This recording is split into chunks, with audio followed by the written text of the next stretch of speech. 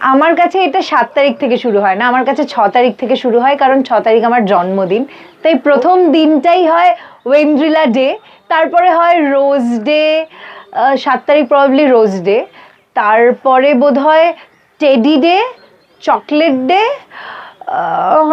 আর আর আর আর আর কি হয়, একটা কিস ডে হয়, হাগ ডে, প্রথমে হাগ দেন কিস, পরপর না বললে হবে, তুমি মোটামুটি 5টা বলে হ্যাঁ, hug kiss and then Valentine's day. আর মাঝে আর আর কিছু হয় কি?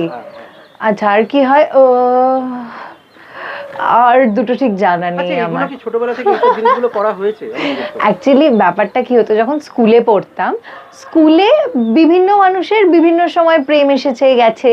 এবার কারোর ধরো প্রথম প্রথম ওই রোজ ডেতে, রোজ মানে রোজ ডে আর চকলেট ডেটা আমাদের কাছে খুব ইম্পর্টেন্ট ছিল, যে কে কটা রোজ পাচ্ছে বা কে ধরো কিরকম চকলেট পাচ্ছে।